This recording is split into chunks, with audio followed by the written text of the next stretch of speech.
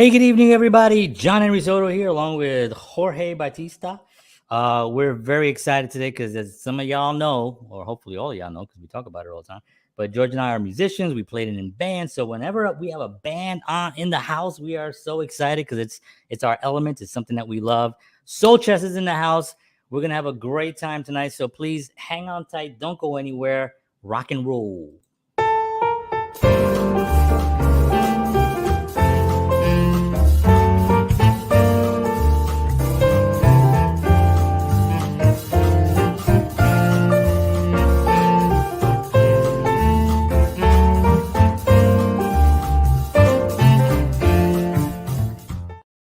I like how I said rock and roll, and then it's ding, ding, ding, ding, ding, ding, ding. Anyway, but that's our rock and roll to me. I like that stuff. Right. So SOULCHESS, like I mentioned, they're a local band here in Nashville that I saw at somewhere when I first arrived to Nashville, and I was like, damn. So I just took them like a million pictures. They were really energetic and it was just really a lot of fun. I went to go see them again, just a great performance, and very excited that they're here today. And George is going to tell us a little bit about SOULCHESS. Absolutely. Thank you, John. Well, yes, SOULCHESS, again, is a band out of Nashville, Tennessee that defies the way you typically think of as Nashville music, consisting of members from widely varying backgrounds. The band has a sound that is the epitome of musical fusion, from tight rhythms and strong melodies to sweeping melodic bass lines reminiscent of funk and progressive rock, which I love, by the way. These defining features make up their expansive sound that is packed with energy and genre blending, comprised of four guys, each of who provide a different spark to each song. SOULCHESS have begun to get a reputation for putting on a great show and giving every show their all, and we are excited to have them on the show today. That's right. So, ladies and gentlemen, I'm going to bring them up because I got a lot of work to do right now. But ladies and gentlemen, please welcome SOULCHESS to the show. Very excited. Guys, what's up? All right, guys. Rock and roll. I was dancing to it. I don't know if anybody else. I was dancing to it. I always dance to it, man. Yeah. Thanks you so much for being on. We really appreciate you guys. Like I mentioned, and actually I talked about you guys on another show. I can't remember what show it was, but I mentioned that I saw a band here in Nashville, and they were just full of energy. But it was the thing. I'll just say this because I do sometimes talk a little bit too much, and George has to shut me up. But the thing that I was really, really impressed was that, listen, you go to a band and you see a band, and George and I have seen 1,000 bands, and you go there and you kind of like, no, okay, that's a rock band, that's a jazz band, that's a heavy rock band, that's a thrash band, that's a. And when I was seeing you guys, I was like, man, these guys are just a really good band. Like the fusion thing is perfectly blends what you guys are doing. It is a sound, you know what I mean? Like it is a thing. But it has the rock, it has the R&B element, that Derrian is like amazing, and it has the jazz elements, it has the fusion, it has so much stuff. So I'm gonna ask first, you guys go around. You guys can introduce yourselves and say the instrument that you play, and then we're gonna start with some questions and some badgering. Well, we can do front of the band to the back of the band. So who's the front man? Oh, no. That would be me. I am Derrian Man with the bling. I am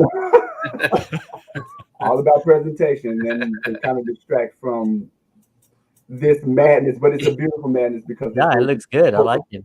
Artistry and creative things and that kind of stuff. But yes, I am the front man. I am Derrian Childress, and my voice is my instrument. I sing, and I just, as these aren't my words, but people say, I just leave it all on the stage, and that's what I'm here to do. I perform, I'm an entertainer, and I'm serious about my craft. And when you have great people behind me and with me to bring that extra level of energy on top of what I already have, that's what I'm here to do, and that's what they help me do. So yes, I am the front man. Awesome. Welcome. Thank you very much. Okay, I guess I am the next part because I'm the guitarist, I suppose. on the icing on the bass and the drums cake, I guess. Musically speaking, anyway, yes, I'm Chris Goodyear, guitarist, programming, producer, Man of many hats. yeah, I do a bit of everything. But I'm a lead guitarist, but I also do all that sort of production too, and a lot of writing too. But we all write together. But that's pretty much what I do. Cool. Yeah, and so I'm Jason, and I'm the bass player, obviously. And I was just saying before, bass players exist. Okay, we are part of the band. Everyone always says they're like, you don't really count, but no, we count. We're very important. Okay. Yeah. I'm commanded by Jameel. He's the bass commander. After all, he's the drummer. I follow his lead.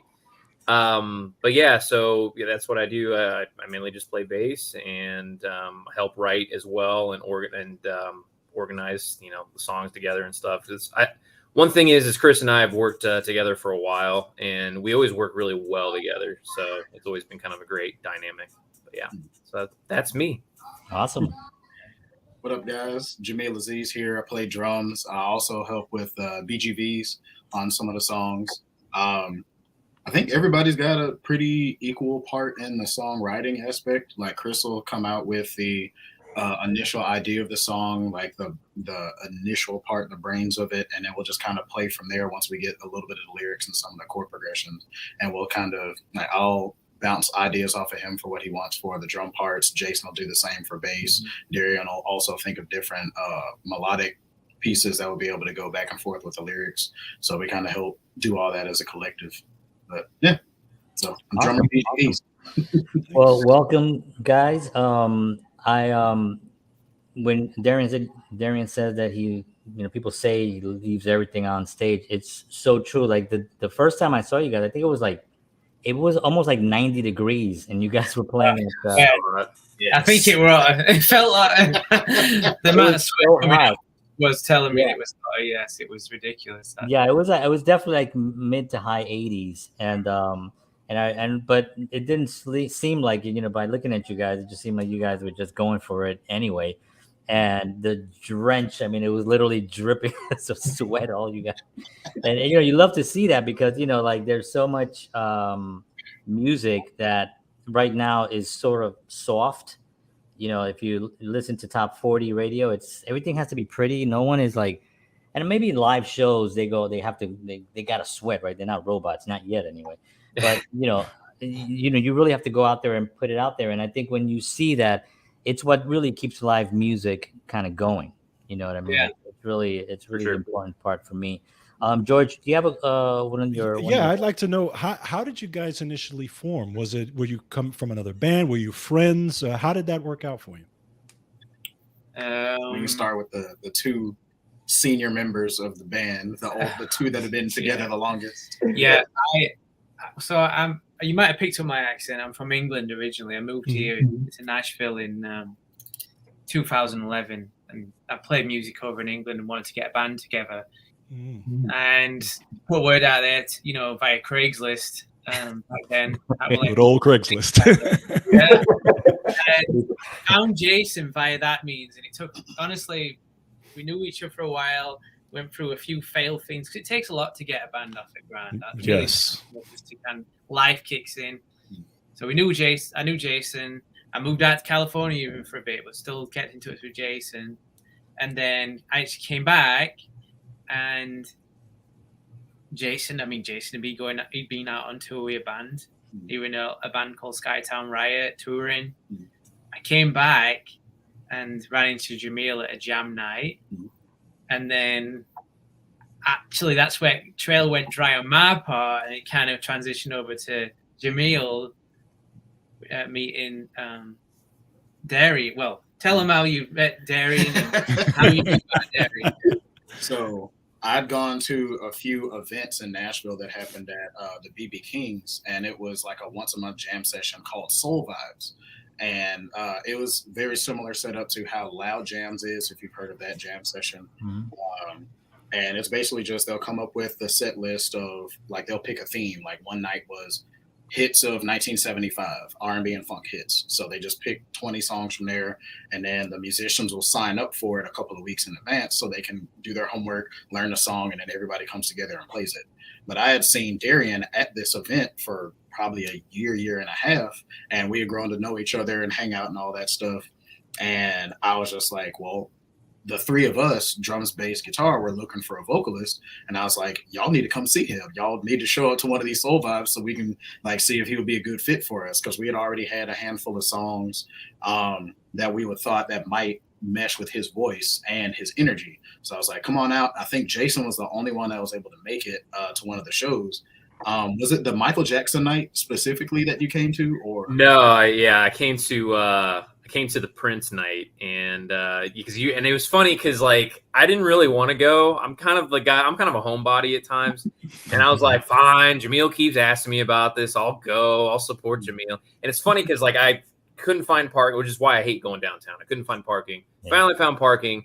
And then as I walked in, literally Jameel started playing. I was like, this is perfect. That just worked out great. Nice. It was literally just started as I walked in. And then afterwards he came over and we were just talking for a bit, and he's like, you're going to want to check out this next guy. And I was like, okay. And I just rolled my eyes like I always do, like, okay, yeah, whatever. You hear that all the time in Nashville. Oh, they're so good. And then, at times they are. A lot of times they're not as well. And so Derrian goes up there. I don't remember what song he did, but like all the women in the place just lost their damn mind, and they were like freaking out. And I was like, I want to play with him. Like, I don't know what we got to do, but I want to play with that guy. That's what I want to do. And Jameel's like, okay, I'll talk to him. And it worked out. It's been great. That's awesome. And Derrian, were you playing with an organized band, or when they approached you? Well, not as far as original music goes. I've gotten my experience through these jam sessions and also different cover bands in the past. So that's how I've gotten my footing and working on my craft and honing it. And so when I was approached with this opportunity from Jameel, it was kind of like perfect timing, because I was saying at the end of that particular year, which was 2019, I was saying, I'm always going to learn and I'm always going to grow, but I feel like I've mastered the aspect of being in a band, and I've mastered the aspect of being on stage and, performing and that kind of thing. But I did not master or was ever in an original band kind of space. Right. So I think I vaguely remember myself saying that I wanted that to be my next goal, and for that to be my next part of my journey in music. And so when I was approached with that idea, it was kind of perfect timing. So I said, I'm gonna go for it, and that was rest is history. The rest is history. Yeah, it seems like a great vibe immediately. Yeah, I pretty much knew that from the start, because Jameel, he is one of the best musicians that I know, and also just an amazing person. So I knew if he was a part of such an experience, then I knew it had to be good. So when if he thought we were cool, then we were cool, basically. Right. I appreciate it. Yeah. I mean, I think it's there's so many elements that have to go in with putting a band together. It's everything has to mesh, as far as like the sound of the vocalist, the way the songs have been constructed have to kind of go together, and then the personalities have to. I mean, it is just a nightmare if one thing is off, and then just trying to get that one piece going can really bring the whole thing down. So you guys found that element. Did you think were you immediately approaching with the idea of original music, like for Jameel, or to start off with covers, or? I just told Derrian that we wanted to get together as a band, whether it was going to be covers or originals, but at least starting off it's going to be originals. Right. Yeah. So it always been originals is the mantra. I mean, we're an original band. Right. We, Yeah. We do covers to fill out time so we can play places, because otherwise places won't hire you. So right. So. We do have a lot of covers in set, but like Jason said, you don't get gigs around Nashville if you're not playing covers. Correct. So I mean, you can get them, but the shows where you have to like book out a venue and rent it out and then build a bill, that kind of thing. And that's really hard. And then trying to get people to go to the venue is, another thing. So So sometimes covers are, I always said it in the past that sometimes covers are like attention grabbers a little bit, you know, and you kind of use them as an attention grabber, and then oh, by the way, check out our stuff, because then you tend to get more eyeballs in that aspect. Yeah, it's funny because when we were playing in New York, and we did all those the CBGBs and all those clubs back then. Nice. There were not really any cover bands. They were very everything had to be original. They didn't even want you to play covers, which was bizarre because when I moved to New Jersey, and I went to a place, it was only covers. Right. It was only covers. They didn't want any originals, But in New York, there was a period of time, and unfortunately, I don't think that that's there anymore. We were there towards the end of, we got to play CBGBs when it was really on the way. When it was on, right. It was like literally, it was like, and that place was a dump, but it was just nice to play. And we played the Lions Den and all those clubs down there. But they were on their way out. It seemed like every few years one would just close out and stuff. And now I don't think Bleecker Street. I think that's just like old news. We're in the history books. Did you guys have difficulty getting booked as far as with like bringing originals to the table? Did they tell you at some point we don't just play covers? Because downtown Nashville, I went there a week ago to see a friend of mine, and you can't walk anywhere without hearing, it's all top Bon Jovi. It was like, matter of fact, one place played Bon Jovi, "Living on a Prayer," and I'm not even joking, but like the next song that band over there played was "Living on a Prayer." Yeah, it was like, they both did "Living on a Prayer." Right. That's Broadway for you. We do not do that. Honestly, I do think we have a bit of a hard time getting booked because of that. Because we kind of, when we do covers, we make them our own too. Mm-hmm. Like we'll do some covers that are right. we will do some covers that are pretty much standard, but we particularly choose covers that aren't like "Living on a Prayer" or something like that. A little more obscure. We try to be a little bit more obscure with our covers. Yes, closest we might get might be like "Purple Rain." Some of the Michael Jackson stuff as well. Like everybody knows that stuff, but that's like the crowd pleaser stuff, like attention grabber. Yeah, especially with Derrian doing his thing. Like every show, it becomes a thing, which obviously you want to avoid becoming a gimmick, but at the same time, he puts on a show. So even if we did other songs and there's other, he does different dances to different songs. Like that's just what he does, Yeah. So, because one band I was in, we had a guitar player, and it became a gimmick after a while. So, one thing you definitely have to avoid. Yeah, you got to be careful with that. Yeah. No, even when we play like Michael Jackson, we slide it in a way that's kind of like you don't know it's coming, and it just got it in a medley. We like to do that. We'll do a medley. Do a lot of medleys. Yeah. Yeah, I heard that. Slick transition, it's a bit different. We're trying. Yeah, I think when you guys did "The Way You Make Me Feel," I think it was. You can't tell that that's what it is when you guys started. Mm-hmm. It comes in when the vocals come in and you start recognizing the lyrics and some of the melody lines, but it really you guys make it your own. It's awesome stuff. That's awesome. Now, when you guys are playing night to night, do you have like certain songs where you do a lot more improv, or do you play them the same way? How do you approach your songs from night to night? That's a good question because, we use a lot of tracks for a lot of things. So as far as improvising, you have to be kind of careful with that. Right. I think there's a couple songs that we don't use it, and the reason we use tracks for anybody listening, it's not to because we're not good enough to do this or that. It's literally to add like the extra layer of things. Yeah, sure. And also we don't have too many keyboard parts, so instead of paying a keyboardist, you just have them play it basically in the background on a track. So that's why we do a lot of that. And I don't know, it definitely like fattens the sound up a lot. And plus it's a part of our sound. Like we have a lot of like dance music type stuff that's in it, whether it's drum and bass or maybe even a little dubstep type stuff. And that's what kind of makes us a little bit more interesting, because we might take like a song that but make it drum and bass, you know, and then it's Nice. like, oh, okay. You know, Nice, it's like, I know this nice. song, but I kind of like this version better, you know? Yeah. Do a remix. We'll do a remix, and Right. so all them synths and pads and processed beats, we'll put them on tracks. But a lot of bands do it. They're in the same format as what we are, like where you have just drums, bass, guitar, and then like a vocal.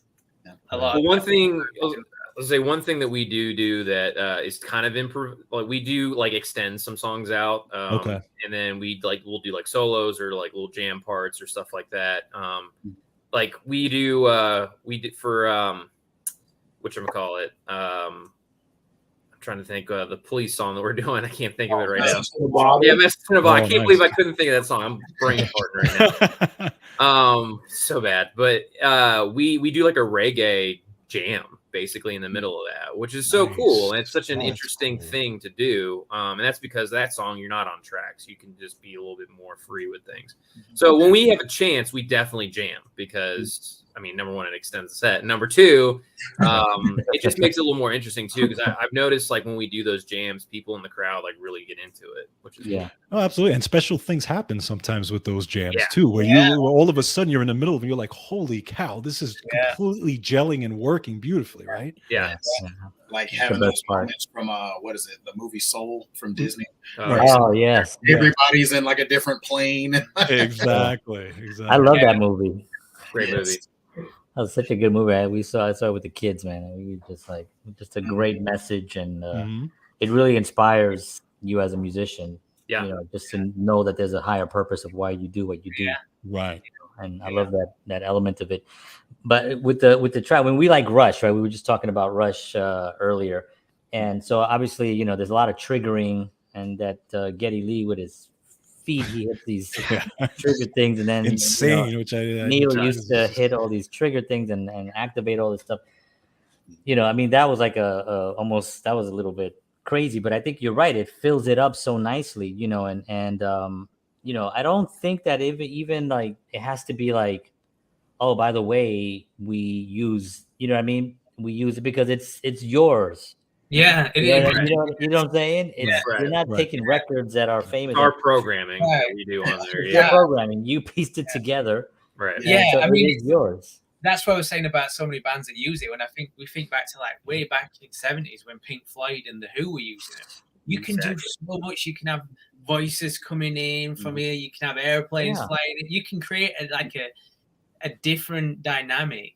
Yeah, it adds a whole other different dimension to the band. That we want to do for that show. We want to make it a show, and we thought. I mean, recently we thought about having getting piano playing, but like there's only so much you can do when you've got a piano. You know, we don't use them on like 2 songs, so what's the point? Right. So it's just better just run with the tracks, and we're happy with it, and. I think the biggest key, and this is for anybody out there too that's listening that wants to be in a band or be a musician or anything, is don't rely on it. As long as you're not relying on the track to be the show, then you're good to go. Usually, right? Yeah, I have a disaster story. So there was a guy who played bass. He played bass. I managed a few bands back in the day, and there was an 11-piece Latin band. They play some Santana stuff, but they also play some straight up salsa music. Nice. And there was a bass player there, and the bass player is, a big dude. And I would hear the track, and it sounded great. I didn't know that they were playing to an actual bass recording on top of, with everything. It was triggered. So what I was hearing was not his actual bass. So somebody, asked me, we need a bass player for some gig. So I said, you got to get this dude, because this dude is on point. This guy's great. He plays in this band that I'm working with. And so he showed up, and he was really bad. And I had a feeling that was where that was going. It's like, and they called me up, and they were like, where'd you, and of course, my reputation is kind of like, I was like, no, he plays really well. And then later on, I found out why. I thought he just had an off night, but I was like, damn, that's a really off night. I mean, for them to say he could not play well, that was like really bad. But so the main instruments, if you're using them on top, you're using the technology to enhance and to fatten up the sound, and that's the way you do it. You don't obviously put a drum track and then just have Jameel just like Exactly. Yeah. Well, what they do is they allow us to like play produced parts. I've always said Right. that Yeah. we don't have to like, I don't know, when we're playing like a drum and bass, which I always keep referring to that because that's our mantra. Kind of like a lot of times, come back to drum and bass because that's what our sound is, the energy, the EDM elements. You can't put I call it the jingle jangle, which is like the classic sort of breakbeat sound. You can't really always do that on drum kit. You know, you have to have it on a track to make it feel that way, and it points your ears in that direction. Oh, that's drum and bass versus just it sounding like Foo Fighters. Yeah, and sometimes putting like sub bass on stuff and all that, like it really makes it a difference. So yeah. So John and I, you know, again, John and I are cousins, so we grew up together. We listened to the same music, you know, classic rock and all that. That's kind of what we were into. So, and a lot of our influences in the band were pretty much the same, like Rush, U2. You know, we had those types. So I'm just curious, you know, what are your guys' influences? What were you guys, you know, what did you guys grow up listening to? And what, you know, do you guys have similar influences or is it completely like different? That's the cool thing about this band is that I think we're all very different. Okay. I mean, Jameel and I are probably very similar because Jameel listens to like everything, and so does Derrian. I mean, really, we all do, but like Jameel will listen to metal, but then he'll also listen to like some random type of music you've never even heard of. You know what I mean? So you just never know.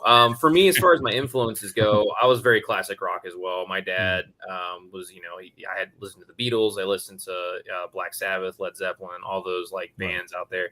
But a big influence would be the Who for me because John Entwistle is probably one of my favorite bass players. Yep. Man. I like Rush a lot too. I'm not like a huge Rush fan, but I do like them a lot. The Beatles, obviously, as well, is a huge influence.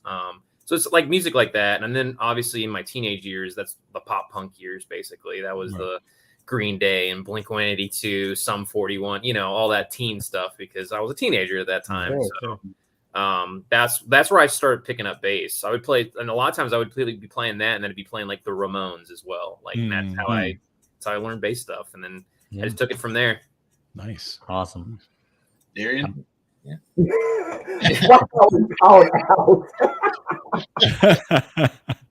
So yeah, like Jason said, like I listen to everything as well, but I always say there are I have a wide range of like favorite artists, but there's 4 that made the first and biggest impression on me since being brought into this world. So first and foremost, Michael Jackson. And then there's Stevie Wonder that I love.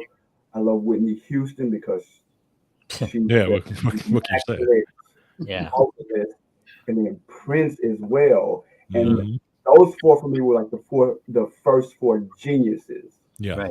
And from there, that's like so many great artists that I love, from Al Jarreau to Luther Vandross to Earth, Wind and Fire to Jill Scott, Erykah Badu, Ledisi, Journey, and just, I mean, the list really goes on and on. Like I could just go down. And I listen to Eddie and everything. Like for me, I grew up first on, you know, soul and R&B and pop music, but great music is great music no matter the genre. So I gladly listen to metal. I listen to jazz. I listen to classical, even opera, rock, any of the hip hop. Just I love everything because there are so many things that I pay attention to, and I really intently listen to music for all the nuances and sounds and why this melody works this way. How does this melody make one feel? How does this drum pattern just make you want to move? Or how these lyrics make you just feel some kind of way? So yeah, my range of influences as well as the kind of music I like is really ongoing for sure. Awesome. Yeah, I can definitely say the same. I probably have on my younger years when I was first growing up, I was probably closer to Derrian, and then I morphed closer towards Jason. So of course, growing up, Black household in the South, of course, is going to be Earth, Wind and Fire, Cameo, Steve Wonder, people like that. The Shy Lights, Delphonics, like people like that. And then I got to So I'm the baby of the group. I'm the only '90s baby. When I was growing up, like I was like Boys to Men and all the like '90s groups were really the '90s R&B was kicking off. But once I got to middle school, one of my best friends in 5th grade introduced me to rock music. One of my best friends was actually, that was the first diverse school that I went to, because I went to predominantly Black schools. But my white friend John, he literally showed me System of a Down, Linkin Park, Jackie, so like it went that direction, and I loved it. Like everything that he showed me. I think it was like Aerials or BYOB from System of a Down was one of the first songs he showed me. Meteor album from Linkin Park. Just greatest hits from Toto, like Georgie Porgy. Oh yeah, stuff like that. So like my mind was just like, holy crap, I need more of this in my life. So and then as Jason was saying, like once you get to your teenage years and you start kind of branching out and figuring out exactly how you are. So like that was My Chemical Romance had showed up, Five Finger Death Punch showed up. So I started getting more and more harder. Wow. I love angsty years. Yeah. So I also love anime. So like Japanese music, J-pop, J-rock, K-pop, all of that started popping up. I love salsa. Country music. So like my 3 favorite country musics, Zac Brown Band, Rascal Flatts, and Chris Stapleton. And I've been with them for like a while. So like all of my tastes are everywhere. Yeah. But right before I joined this band, I've been in a reggae and hip hop band for probably 13 years now. That's been playing in Nashville. So Bob Marley, Gregory Isaacs, Jimmy Cliff, Stapleton, all those guys. So we've been playing all of them. So we just bring all of that stuff together and build it however we As you can see, it's like a big melting pot. It's like I see. Yeah, big. It's all over the place. Set up. It's respect for like a lot of different kinds of music. Right. And I would say just to consolidate it for SOULCHESS, particularly influence of what we're trying to do, because it is important when there is that much sort of spread to try and not be too like, oh, this song sounds like that and this song sounds like that. What's coming out, like you said earlier, John, there is a sound. There is a sound coming out. And I think Derrian's vocals coming through with that soul, but I love that soul aspect. All them soul artists they mentioned. I mean, I love them all too. You know, grew up on that, all that kind of stuff. But with the throbbing bass lines and the rock drumming from Jameel and Jason, them elements come through there. And then with my guitar, for me, it's like a lot of influences that I try and keep it contemporary. You know, when it comes to guitar, you got to kind of make it sound. You can't just be shredding all the time. So like, I like a lot of The Edge, U2, Coldplay, British influences are all over my music all the time. But what we try and do too is fuse this EDM with it too, because no one's done. I've been trying to do it for years. I got into drum and bass music, and it like grabbed me. And like no one's fused rock and drum and bass. They're like similar elements. High energy dance music, high energy rock. And I heard some remixes where you can take melodic songs and make these amazing remixes. And it's like, no, imagine if you did that as a band. Right. That is really kind of what we're trying to do. Nice. Like you can hear it. You know, like we were talking when you played that last place that I went to, where it's like, it's a kind of like, it's sort of like a work in progress in the sense where you can hear what you want to accomplish, you know.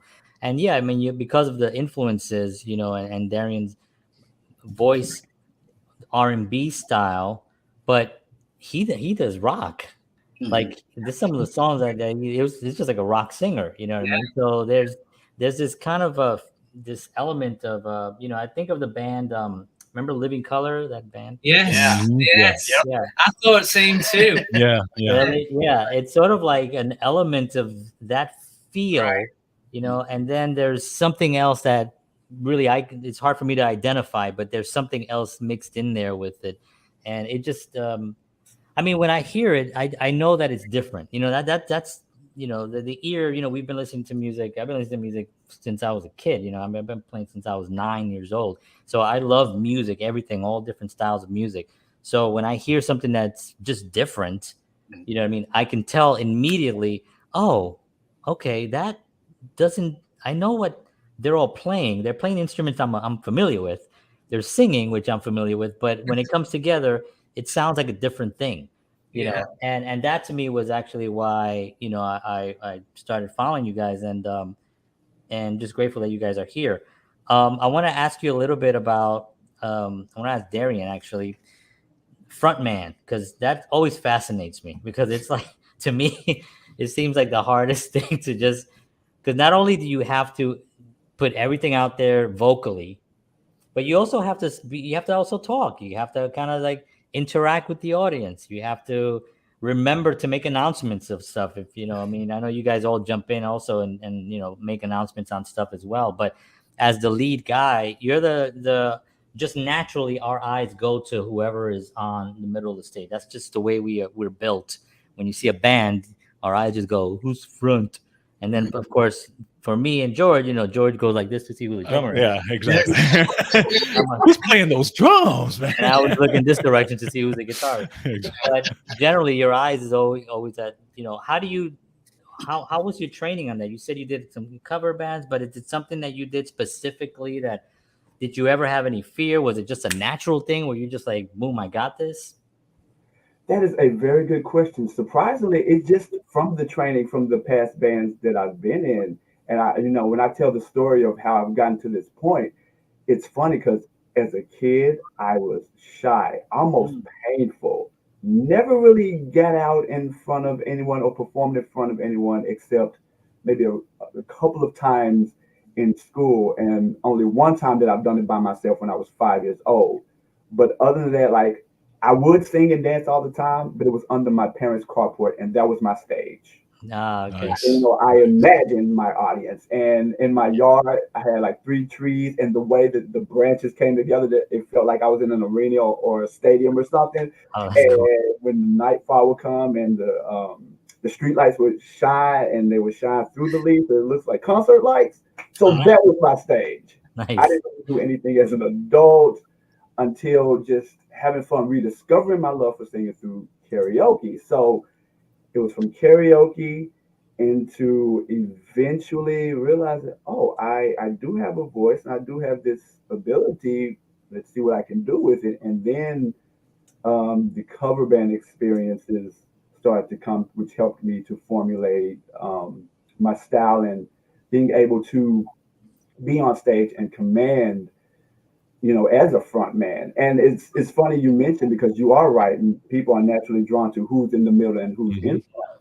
And I'm very mindful of that in the greatest way possible, because yes, I know I'm front man, and then I would actually go away a lot of times, when the musicians are doing their thing, because for one, with me being in the middle, sometimes I'm blocking Jameel, and I'm like, damn, sorry. It's always the problem. Yeah. That's the reason why there's not that many pictures of me. Exactly. So with me being mindful of that, I go away because I also want to see the musicians, because it is not about me. And as I say, yes, I have the natural instinct to do my thing, give my energy, give my all. Right. But the musicians, these great people, they help me. They give me that extra push. So I'm like, y'all, pay attention to these guys as well, because they are dope and they deserve all the attention as well. Absolutely. That's awesome. I love that. You mentioned the imagery that just came to me with you the tree and the lights, and I mean, there's some music video in there for you guys somewhere. Like, I've seen that. You know what I mean? Yeah, absolutely. It definitely is. I'm thinking back to like similar things from when I was a kid. Yeah, you know what Singing, I mean? I remember talking about inanimate objects, like singing into a microphone that were one of the flowers that were on the mantelpiece. Yeah. I remember singing, like trying to sing like Liam Gallagher, like this into a microphone. And then, of course, wanting to play guitar before I could play guitar, I went into a talent show playing cardboard cutout guitars that we made. Oh, Nice. I remember we were like 11. You know, just when it's almost like in you. It's like it's trying to get out. Yeah.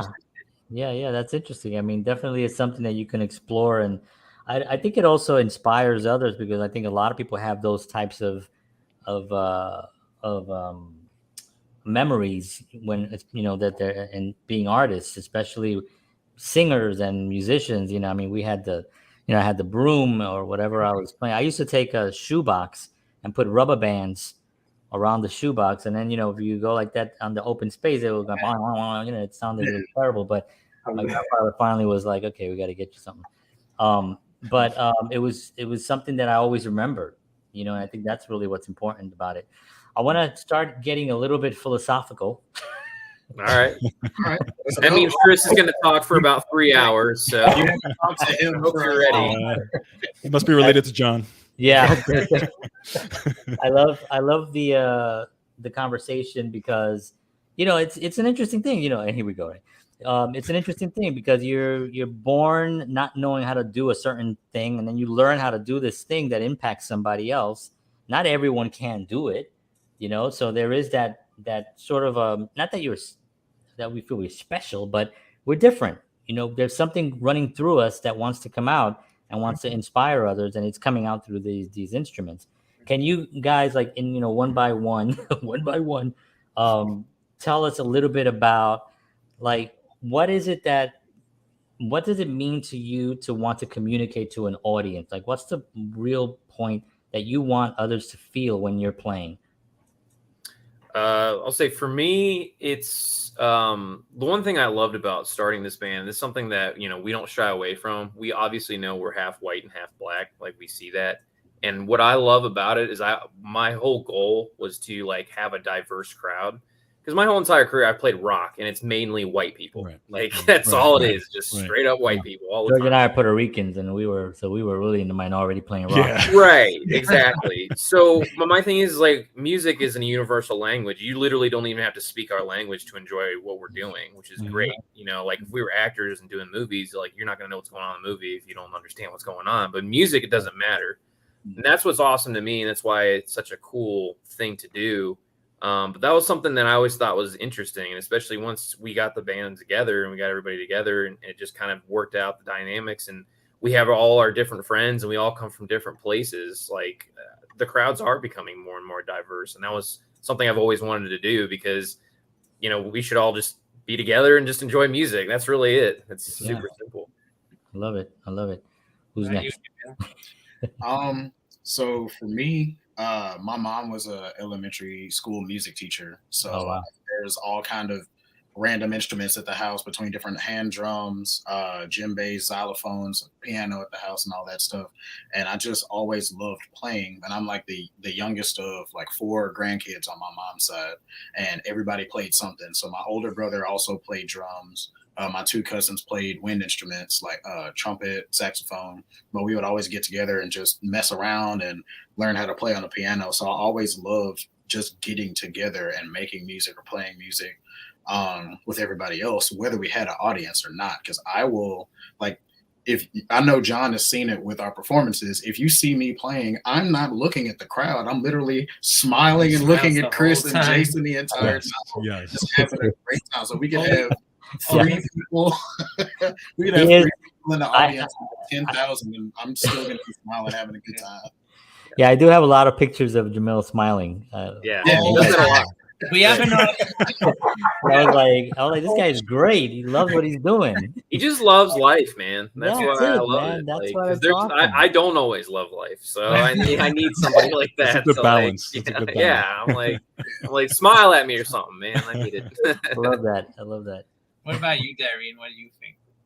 For me, gosh, like Jason touched on it, how we have this diverse audience, and it's all about the audience for me.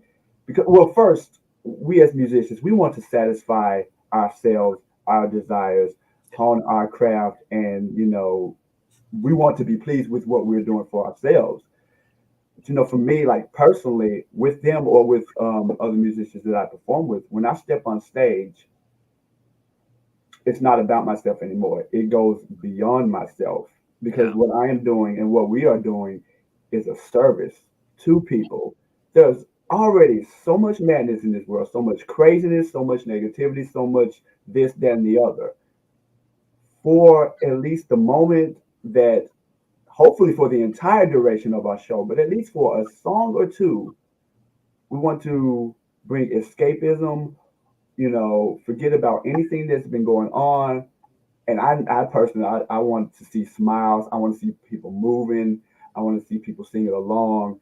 And for me, because I always say, because I don't always pay attention, I'm like, with Jameel, like when you're just really into it, you don't really look at the audience that much. I'm noticing them, but I'm just not intently there because when I'm on stage, I lose control while being in control at the same time. And it is the greatest feeling. And I feel like that's the moment when the stars are aligned, the universe, the higher power, however you want to call it, is at work. And I'm just gone, enjoying myself. And I'm giving that energy to the audience. The audience is giving it back to me. The musicians are giving it back to me. And it is this cycle. And the cycle is not vicious. It is beautiful. It is continuing. It is evolving. It is growing. It is blossoming. It is becoming better. And I'm just on this higher plane at this point. So when I feel that good, I want to make sure that the audience feels that good. Because like I said, it's not about me. It's about the audience. And I want that joy to radiate all over. I love that. I think for me, the music is, I grew up in a musical household. My dad just put records on and turned TV off and told us to just figure it out, when we were listening and not jump too much because it would bounce record player. When we were trying to dance around. So I grew up with a really great upbringing on that. But there's been multiple times in my life where I've tried to get away from music and I could have gotten away from music, but it always found its way back. I've stopped trying to resist it now. I really have, and just sort of embraced it. Yeah. It's funny. I don't know. It's just like that movie quote of just like, I'm trying to get out, but they just keep pulling. I know. John and I were having that exact conversation literally a few days ago. Yeah, same exact conversation. I mean, they're not. First of all, we in our heads were like, I've always said, there's nothing like being on stage. There is nothing, for me personally, there is nothing like being on stage. It is the ultimate, whatever you want to call it. But it's funny because you get that adrenaline, that nervous feeling first, and then you get on and it's like boom, and it's just, and then you get like Derrian said, that feedback loop between the audience and you, and it's the ultimate in energy. And now that I haven't played live in a while, but I miss it every single day. And John and I were talking about it like, oh my God, we would love to get back on stage and play and do all these things, And for you guys that are doing this now, my little tiny piece of advice is just enjoy every second of it. And absolutely, just because you don't know what's going to happen down the line, but at the end of the day, it's a feeling that's going to be with you for the rest of your life. Yeah, so just enjoy it. And Chris, I'm sorry, I know you were, absolutely. In there, but I'd also want to say we stopped because we did lose one of our members of our band. He passed away suddenly with a brain aneurysm thing going, and so he was gone. So it kind of ended our run. So that's why we're so passionate about artists and just saying like, look, man, it could be Wednesday and you guys are planning a show on Saturday, and on Thursday you find out your friend is gone, and that's it. Right. That's I've said that for a while. I've said that. Yeah. Look, Let's go. Life's too short. I mean, what else are you gonna do in life? Seriously, I've said that a million times too. Like, what else are you gonna do? Watch TV? Everyone's done everything. Everyone's been doctors and things like that. There's plenty of great people that can do that. But when it comes to art, making records, I love playing on stage, but I also like creating records because you live forever. Yeah, right. You live forever. And that's something else that's a big thing. You're creating something that lasts forever, and it's art and it's unique. So that for me is a spiritual thing, as you were saying about philosophical. There's something There's something going on. That's for sure. Definitely. For me, it's a calling for sure. Yeah. And it definitely is spiritual. You know, sometimes I'll see like these 3-year-olds playing Beethoven on the keyboard, you know, on the piano, and I'm like, Yeah, that's that's. I mean, if you look at that and you think that he just learned at the age of 1 how to play really well, and suddenly he practiced for 2 years, and now he's 3 years old and he's playing Beethoven. If that's, you have to understand that there's something else at play. You know, we may not understand it fully, but I definitely know that when we play, there's a something that happens to us spiritually, and that actually translates to others, you know, or maybe that's not the right word, but it basically goes. Give me a good word, anybody. The vibes, the vibration, vibrations. It goes out to others, and exactly. Yeah, and they feel it, you know, and that's one of the reasons why live music will never go away, despite, you know, we listen to some of the top 40 things, and I want to touch on this briefly, the top 40 stuff, and we did a show where there was an article at The Atlantic where they talked about 70%. I don't know if you guys read this article, but it's an interesting article. 70% of all music that streams today is old music. And the article was basically called "Is Old Music Killing New Music?" So most of everything that you hear streaming, you'll hear a teenager know who Michael Jackson is, who Madonna is, and then the songs that are coming out now new have a very short lifespan as far as streaming is concerned. The greats, like all the ones that Derrian just mentioned, those are not going anywhere. Right. They're going to be there. More people are continuing. Why do you think they sample all of them? Because it's like something is happening. You hear it in every commercial, you hear them.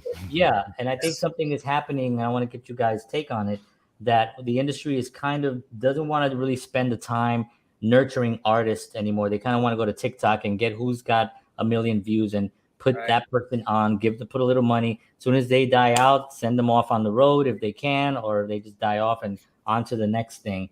How do you guys feel about that? The way the industry is kind of, it's like the best time to be an artist, to be a musician, and it's also like the roughest time because you know, it's like sort of because you have more control over your own stuff, but at the same time, there's this machine that's kind of creating doo-doo.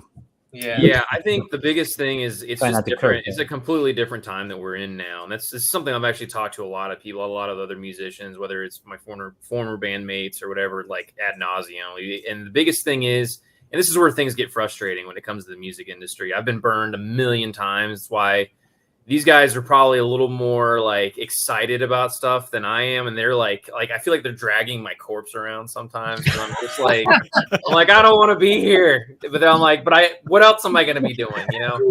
So, but no, it's great. Cause then I'm like, at first I feel that way. And then it's like working out at the end of it. I'm like, oh my God, I'm so glad I did this. Yeah. So, but yeah, I mean, it's interesting you mentioned that because it was something I told the guys at one time. I said, you know, Queen, for example, I think is still one of the biggest artists on Spotify. Right. They have multiple songs over 1 billion listens to it, where you have Taylor Swift, who doesn't have, I don't think, one that's over 1 billion. She has a few that's over, you know, a few 100 million maybe or something like that, which is still amazing. But it's like, you know, that's kind of where we're at right now. They don't, you don't have anything that's built up anymore. Fan bases aren't built like they used to be. Back in the day, you used to build the fan base up and then they followed through you for everything. And you literally had legit fans, where now you can literally become famous overnight just by doing a TikTok, like you said, or some type of YouTube video. You go viral. That's the biggest thing nowadays.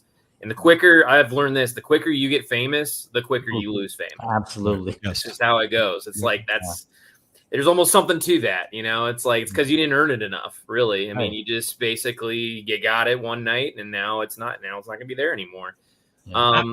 So yeah, that's the biggest thing with it.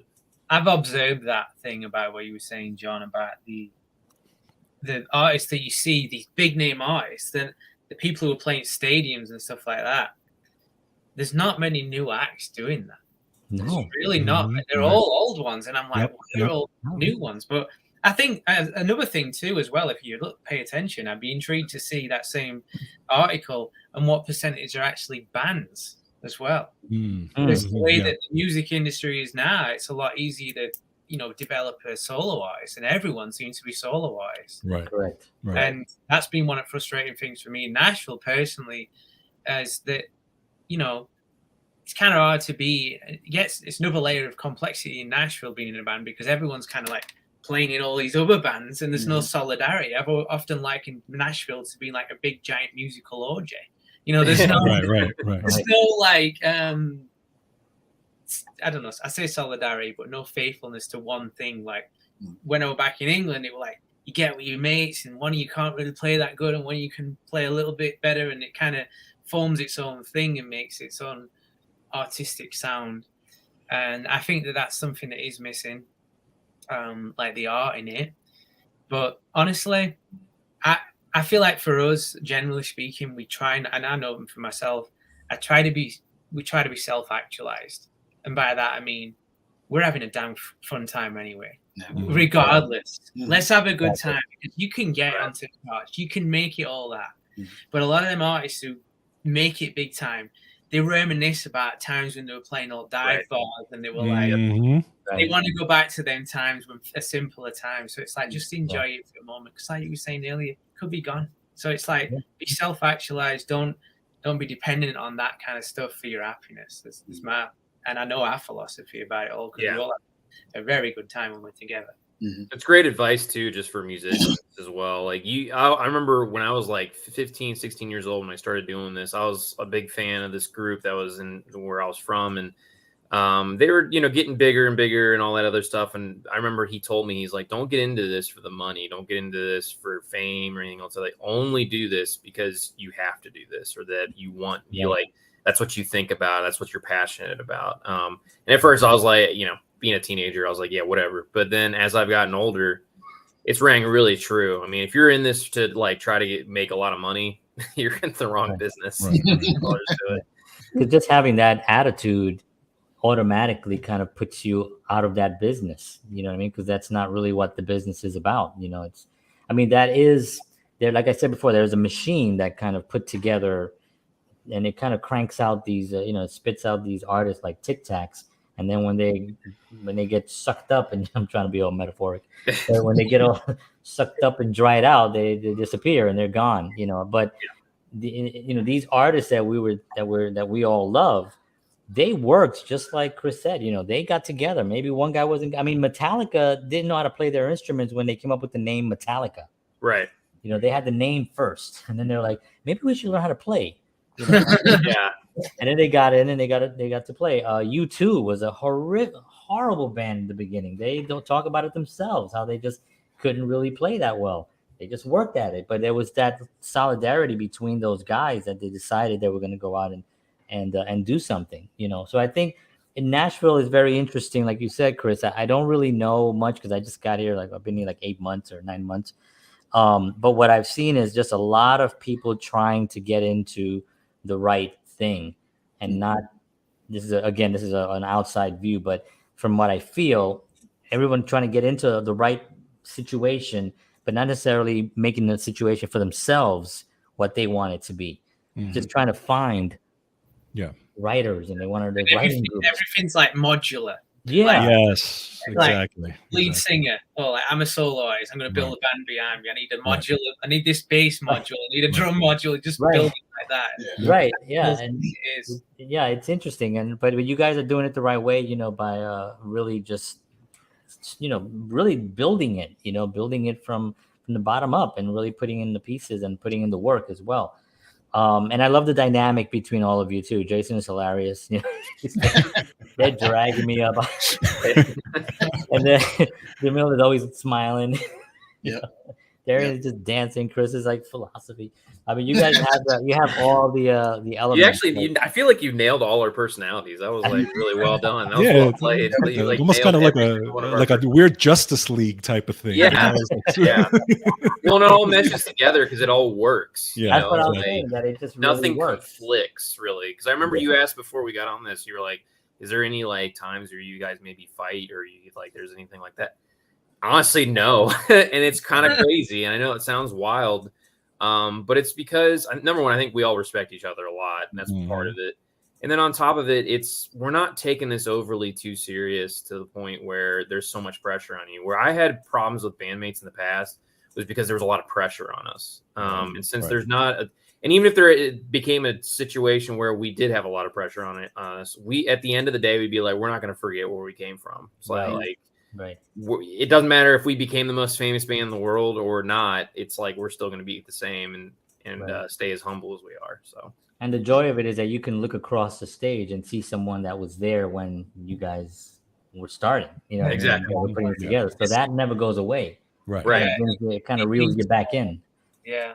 Means a lot. It means a lot. I mean, I like that dynamic. You know, when we write songs and everything will always be listed on records written by SOULCHESS. It just makes life so much more fun. You don't have to worry about things. Oh, did Chris write this? But I did this. But no. But this. Who cares, man? All do it as a collective. Yeah. Well, I think Rush did that early on. I think they just signed. Yeah. They were just three ways. It was like REM was another band that did that. That was really smart. Yeah. U2 did it. Foo Fighters have done it. You look on records and they just say written by Foo Fighters, written by U2. It just makes life so much easier. Yeah, it does. It's not worth the stress of trying to grab that dollar. Roses, Nightmare, and all those other bands. All right, so we're at an hour. So I'm sorry I kept you guys this long, but we're talkers. Every single one of us. We're talkers. This has been awesome. So there are people that are going to be watching this, musicians. So you know, if we can, maybe you can elect one of you, or maybe all of you can give a brief. Kind of like, you know, we've been through a really rough 2 years the last, especially for artists, you know, especially for musicians that are live performers. What kind of advice do you give, or what kind of hope do you give to someone out there that's kind of like in the situation? Maybe they're in a band that they're trying to get out of, or maybe they're in a band that one person's not working hard enough. And, you know, what advice can we try to put together for them, for the audience? If it's something that you're passionate about, just go ahead and give it your all. Go ahead and just, like, if there is somebody that you feel isn't pulling their weight, be transparent. Don't be mean. Like, y'all got to kick them out of the band. Like, I know that I want this from us. If you think you are in it to the same seriousness that we are, then let's go ahead and just try and kick it up a little bit if you have the time. If you don't really have the time, then we understand. We can try and go another direction or whatever.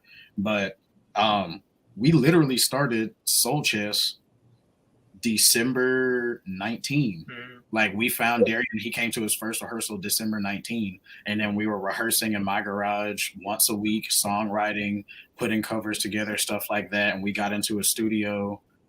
What studio was it? Sound Kitchen. Yeah, so we were there for a little bit, and not that long though. Most are actually done at home these days. That's one great thing. That is a great. I mean, like the rehearsal space. Oh yeah, the rehearsals. Yeah, I know you mean Diamond Studios. Diamond Studio, yes. Yeah, so we were there for like 6 weeks, and then like there was a note on the door that was just like, "Hey, we're shutting down because of COVID." The tornado was the first reason why we lost that. Oh, yeah, that's right. The tornado started everything, and then COVID after that. Yeah, what a rough 2 months into us literally starting a band. Yeah. And we were like, well, we still want to do this. We're still passionate about it. We're still actually really good friends. So even if we're not going to specifically focus on it, like, we still want to stay in touch. Yeah, we're going to keep music possible. Let's stay safe. Let's figure out how we want to do it.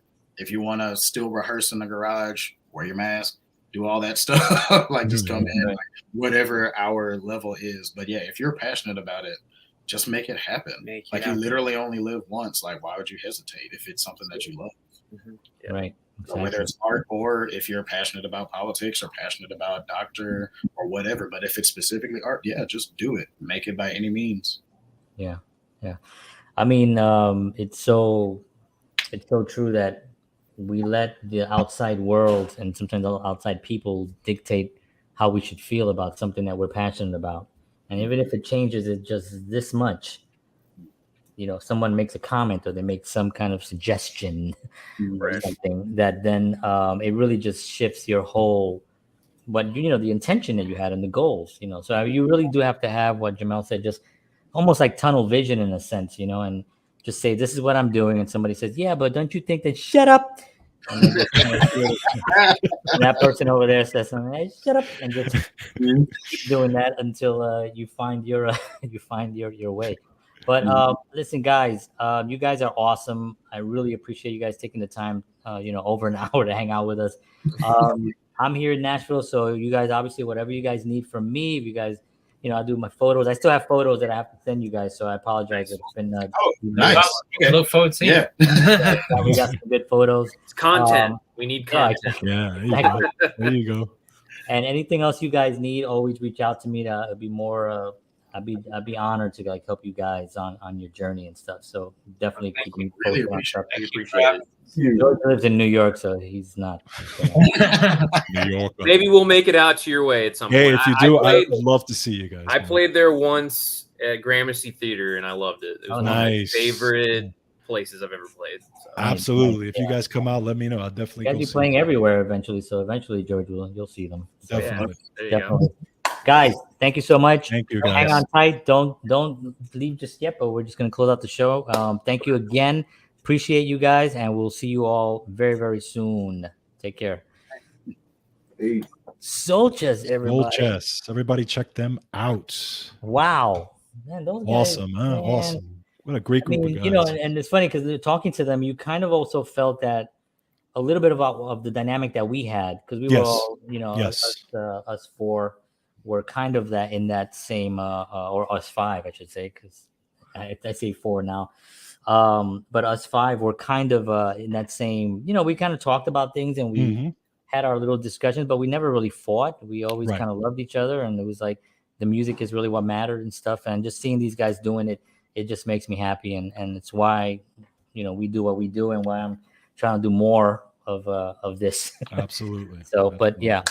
All right, folks, thank you so much for tuning in. Appreciate you. Next week, I'm going to be actually off to Seattle for some stuff, but we'll come back again. We are going to have a show, but it's going to be a recorded show. Same time, Tuesday, 7 p.m. Central, 8 p.m. Eastern Standard Time. And then the following weekend, who do we have?